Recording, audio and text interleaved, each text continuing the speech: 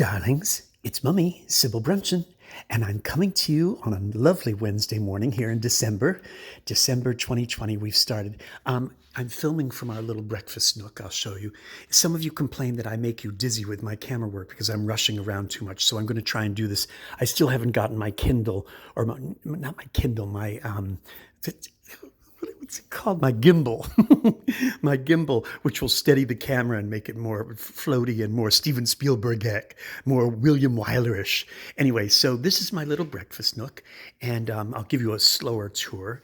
And this is my kitchen, and it's quite nice with lovely little objet up on top and from my travels. And here's our island, some hydrangea there, and this is our little television room, which, as you all love, is 2 stories high. It's actually almost 3 stories high. It's quite large. There's our Christmas tree, which is off right now, and there's our garlands, which are not on also. We haven't put our Christmas ornaments on the tree yet. We just put the lights on. Anyway, there's an orchid, and there's our TV. And by the way, darlings, cut flowers. Do yourself a favor. Oh, what's on TV right now? I'm sure you're asking. Of course, what else? Miss Fisher's Murder Mysteries. And then, of course, it's the other days, it's Midsummer Murders, and then it's also Artful Detective, or the Murdoch Mysteries.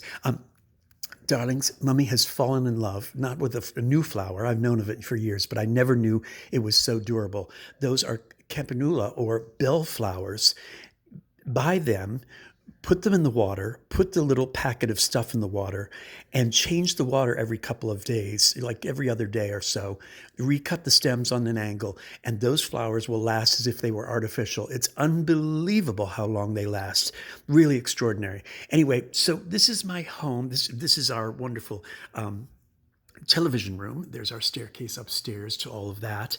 And here's our Christmas tree, which is an artificial tree. Yes, Mummy is trying to be a little more vegan in that respect, or even beyond vegan, fruitarian, I guess. Although I'm still naughty, I'm still a bit of a carnivore. And there's our garlands, and there's my wonderful kangaroo paw fern. Love saves the day.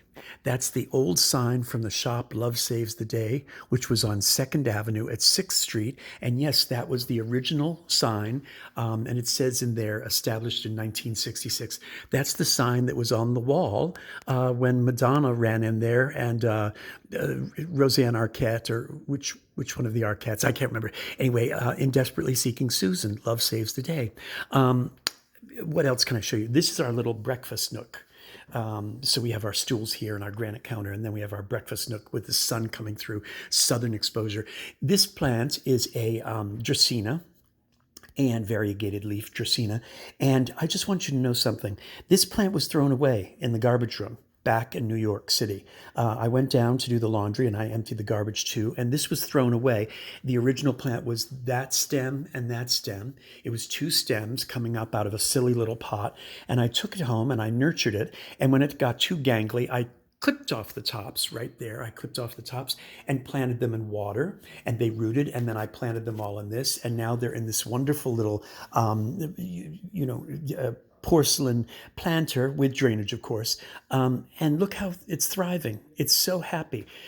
You ask me what makes me happy. I'll show you what makes me happy. Here are my cycads, my 3 cycads. This one is the one that looked like it was dead about a month and a half ago, and it re-leafed. I showed you those pictures, and it's wonderful.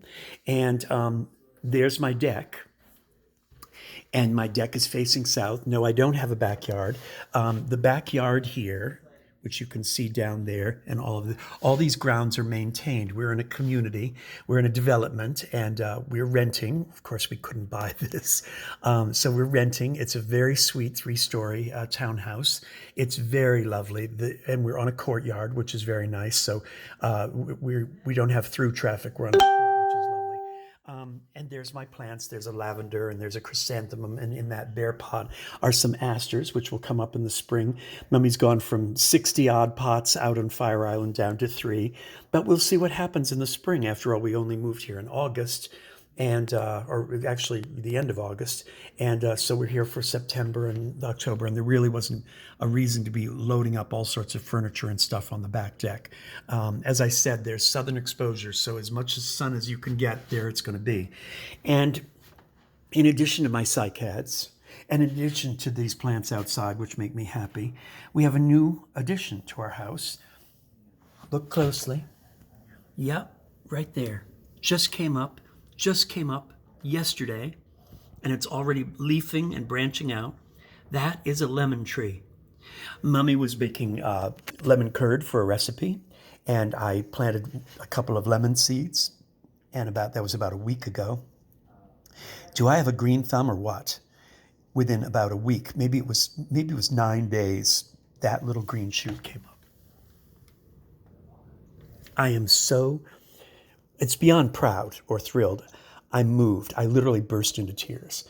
I'm just, it's such a metaphor for so many things.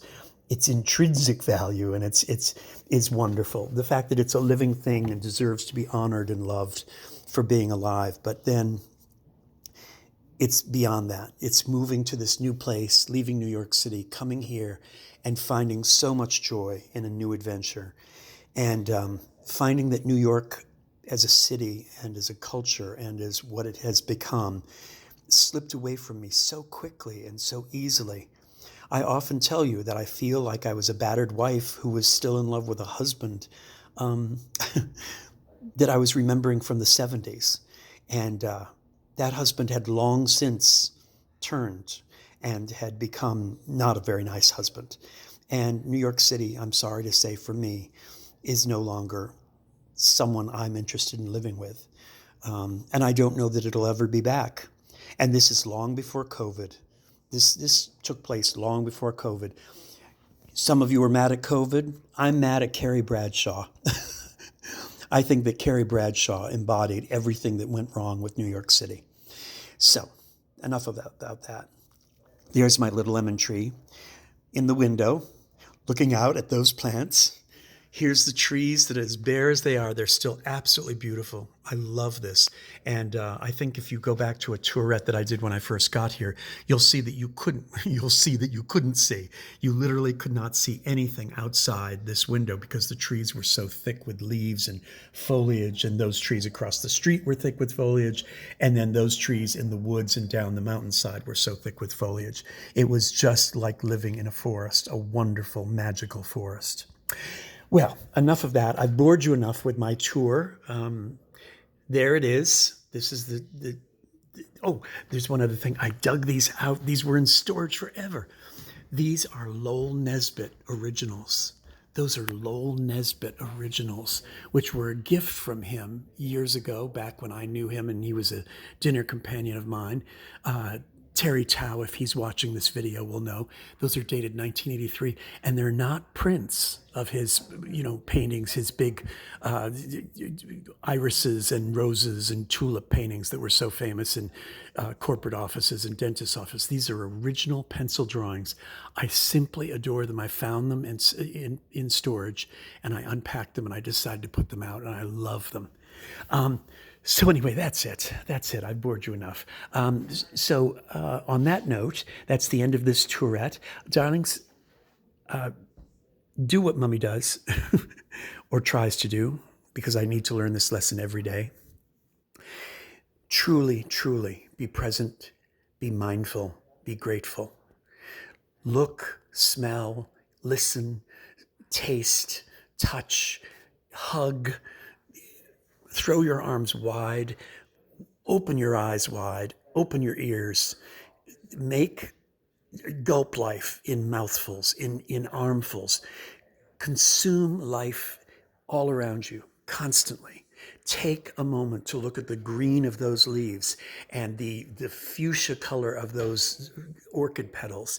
Take a moment to embrace and see and rejoice. The cycads, their ancestors were alive when dinosaurs were around. They've survived one extinction after another. What wonderful, wonderful. Look, plant a seed in a pot and put it near some light and make something grow. Love life. Love something in life.